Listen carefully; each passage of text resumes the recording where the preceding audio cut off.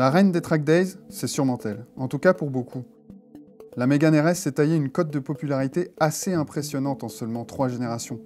Cette gloire, la Renault la doit sûrement à une combinaison de facteurs. Un moteur plein de ressources, un châssis à la fois joueur et efficace, une relative robustesse et un prix qui n'a rien de délirant.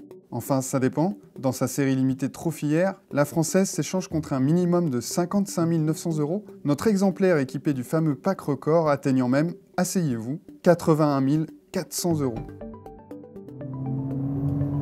Pour ce prix-là, certains préféreront rouler en Mercedes plutôt qu'en Renault, et ça peut se comprendre.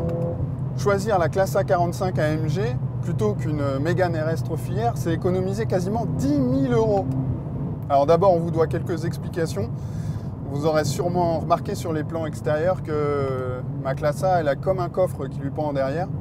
En fait, Mercedes n'a pas réussi à nous mettre une voiture à disposition dans les temps. Enfin si, mais un CLA 45 AMG. Instant coulisses, Mercedes nous a pas vraiment tout dit, il n'y avait pas vraiment de classe A 45 disponible, et en fait aujourd'hui c'est nos amis de Motorsport qui l'ont. Ils ont bien de la chance, on est content pour eux. Merci Mercedes! Toujours est-il qu'en dépensant moins chez Mercedes, eh ben on en a plus que chez Renault, et vraiment plus, parce que là c'est pas 300 petits chevaux hein, qu'on a sous le capot, mais 421. Et tout ce beau monde sort d'un petit 4 cylindres de litre turbo. J'étais souvent le premier à décrier ce genre de moteur qu'on trouve souvent sous le capot des GTI modernes, des moteurs efficaces, c'est sûr, mais pas toujours très fun, pas toujours très expressif. Et là, c'est pas du tout le cas. Comme le couple maxi est à 5000 tours minute, ben les accélérations sont plutôt graduelles, voire exponentielles. C'est assez prenant.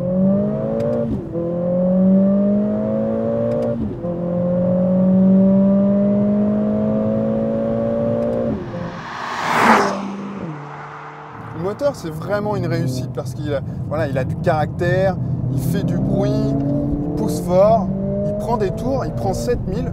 Il n'y en a pas beaucoup des 4 cylindres turbo qui prennent 7000 tours. Et puis c'est odieux tellement ça marche. Alors ça chante, ça pousse, ça pétarade. Et pour vous dire à quel point ça dépote, le 0 à 100 est en 3 secondes 9. En tout cas sur une classe A. Un CLA 45, je sais pas, mais une classe A 45, c'est 3 secondes 9. Ça en fait même presque peur, tellement ça va vite. Non pas que j'aime pas la vitesse, même si plus souvent je suis assez lent, mais c'est que l'ancienne classe A était déjà l'une des compacts les plus puissantes du marché, voire la plus puissante. Et c'est pas pour autant que c'était une voiture super cool à conduire. Ça filait en ligne droite, il n'y avait pas de problème. Mais dès qu'il fallait entrer en virage, bah, l'avant faisait ce qu'il pouvait et puis l'arrière était indéboulonnable. Voilà, c'était limite chiant quoi. Et là, c'est pas du tout le cas. Plutôt que de faire une transmission intégrale qui éteint la voiture en virage, et ben là, on a un système qui, au contraire, la délure complètement quoi. Et ça, c'est grâce au système 4matic+. À l'arrière, on trouve des embrayages multidisques qui permettent de faire varier la distribution du couple gauche-droite de manière complètement dissymétrique de 0 à 100%. Donc on a quasiment un essuie arrière directionnel sans pour autant que les roues braquent. Comme sur une Focus RS. Même si la voiture n'est pas franchement légère, elle tourne sur elle-même, même dans le serré. Vraiment, c'est réussi. C'est vraiment top, c'est fun. Alors il faut changer un peu ses habitudes parce que voilà, on approche un virage un peu trop vite. On se dit, allez, on va lever le pied, on va gentiment débraquer. Ben non, tout faux, c'est tout l'inverse. En fait, là, il faut remettre du volant et accélérer comme un ouf. En gros, il faut bourriner, quoi. Et en plus, on est récompensé de bourriner parce que, voilà, la voiture glisse. Comme ça, voilà, hop là. C'est hyper fun. Ça rend tellement hystérique qu'à la rigueur, ça rend complètement débile aussi. Et déjà que j'avais de l'avance sur ce point-là. Il y a encore plus idiot. Une fois que vous enlevez l'USP totalement, il y a un mode drift qui permet d'exagérer encore la manœuvre. Et là, la voiture, mais voilà, glisse, hop. Alors, le souci, c'est que quand ça se met à glisser, réflexe, je ne sais pas si c'en est un bon ou pas, mais j'ai tendance à contre-braquer. Mais c'est quand même pas une propulsion. Voilà, il faut un petit coup de main pour entretenir la glisse. Mais en 2-3 tours de circuit, c'est enregistré. Et après, c'est juste que la récré, quoi. Du coup, je me demande vraiment ce peut pousser à dépenser plus pour s'acheter une Mégane RS de seulement 300 chevaux.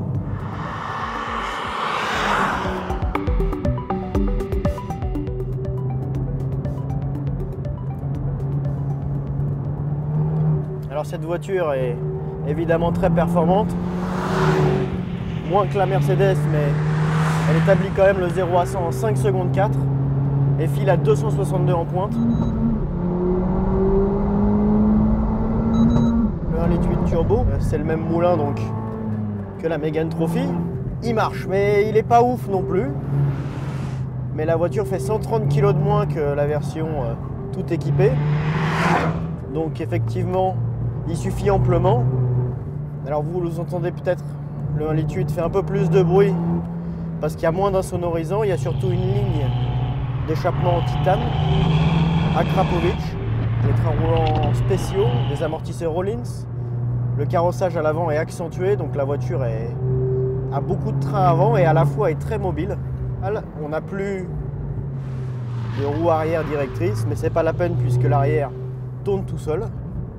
Là, on n'a pas de boîte robotisée, on est avec une commande mécanique au débattement un peu plus court que la Trophy mécanique normale. C'est une commande qui me rappelle un peu celle de la R26R, la première Renault Mégane radicale de l'époque. Le plus bluffant sur cette voiture, c'est quand même son châssis, parce que très clairement, là on a une voiture de course avec des pneus Smithlink Bridgestone. Il faut qu'ils montent en température, mais une fois qu'ils y sont, c'est des ventouses et à la fois ils laissent quand même l'arrière gigoter.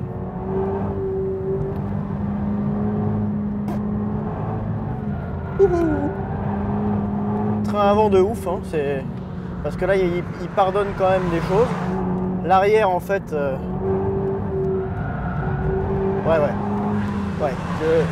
entre les freins, le châssis, la direction, tout est absolument dantesque. Voilà, hop là, ça tourne presque comme une prop. C'est vraiment, c'est une traction de rêve. La direction est très incisive, il faut y aller mollo, parce que comme l'arrière suit gaiement derrière, si vous en mettez trop, la voiture engage direct. L'autobloc permet une belle motricité.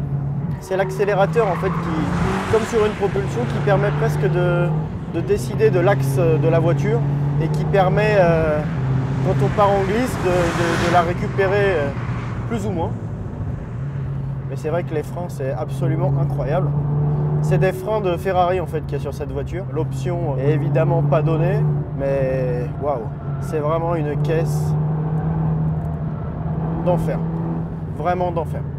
C'est l'attraction du moment. Et à mon avis, vu les normes qu'on va nous pondre, il n'y aura plus beaucoup de voitures comme ça. Et on voudrait dire un grand merci à Renault qui a osé proposer cette voiture. Ça, c'est une vraie Renault Sport. On a commencé le sujet en vous disant que d'aller chez Mercedes plutôt que chez Renault, c'était un bon moyen d'économiser de l'argent. C'est un peu vrai, mais pas totalement. Alors c'est sûr, une classe A ou un CLA 45 AMG, c'est à peu près 70 000 €. C'est un tout petit peu plus pour ce CLA. Mais le problème avec les voitures allemandes, ou l'avantage des voitures allemandes, c'est les options. Forcément, il y en a beaucoup, on peut configurer sa voiture, c'est top, mais ça coûte un bras. Ce CLA 45 AMG, là, ici, tel que vous le voyez, il est à près de 90 000 €, ce qui fait quand même un bon rajout par rapport à la Mégane. Pendant que j'y suis, si vous êtes intéressé par une classe A45 ou un CLA45, surtout cochez l'option amortissement adaptatif, parce que ça transfigure vraiment la voiture et ça vaut vraiment le coup, c'est 1 200 € et il vaut mieux l'avoir. Arthur a une autre subtilité à évoquer à propos de la Mégane. Alors effectivement, notre voiture dispose du pack record et donc elle est livrée en plus de ces belles roues rouges de série sur toutes les Mégane Trophy R, avec de belles pochettes. On a de très belles jantes en carbone, très jolies, avec des pneus Smithlink de la montre d'origine, donc c'est toujours bon à prendre. Sauf que... En fait, par prudence, nous on a préféré les ranger à l'arrière plutôt que les faire monter sur la voiture, parce que d'après Renault, pour l'instant, ce genre de jantes, ça ne se répare pas au coin de la rue. Et nous, comme on est très maladroit, on ne voulait pas faire d'impair. Il y a autre chose dont tu voulais nous parler, Arthur, une autre subtilité du pack record, encore une fois. Ouais, c'est quoi? C'est les freins. Alors évidemment, pour les pistards, attention, Les freins céramiques de cette voiture, on vous en a dit le plus grand bien. Le seul problème, c'est que quand la voiture est livrée avec ces disques, l'ABS est calibré en conséquence et il est impossible de revenir en arrière avec des freins en acier. Donc attention, ça aussi, ça coûte très cher à remplacer. Voilà, donc avec tout ça en tête, Arthur, tu préférerais quoi? Ça n'a rien à voir, on est d'accord, la Mercedes et la Renault n'ont rien à voir, mais c'est quand même une bonne partie de rigolade dans les deux cas. Je suis connu pour aimer les voitures allemandes, mais là, la Renault m'a complètement bluffé, donc pour moi, ce serait la française. Je vais te dire que moi aussi, ce serait plutôt la française, ouais. Ah oui? Ouais, Ah. ouais, mais pas celle-ci. Plutôt celle-là. Une Alpine. Oh, c'est presque une Renault. Ouais, tu vois, franchement, Arthur, si j'avais beaucoup de chance et si j'avais le choix parmi les 3 voitures qu'on a aujourd'hui, je crois bien que je partirais avec celle-ci quand même. Mais ça, c'est une A110S. Et ça change quoi en fait, une S? Ça change rien dans le sens où en fait la voiture a toujours autant de caractère. Elle en a même un peu plus. C'est vrai, les 40 chevaux en plus par rapport à la normale, ils passent un peu inaperçus. On a juste un couple un peu plus étendu vers le haut du contour. Et c'est ça qui donne le côté un peu plus hargneux du moteur, du 1800. C'est vrai que dans la normale, c'est pas un monstre et c'est pas le moteur hyper explosif. Là, en haut du contour, hop, je retrouve là. Et au-dessus de 5000, voilà, il a un peu plus la rage.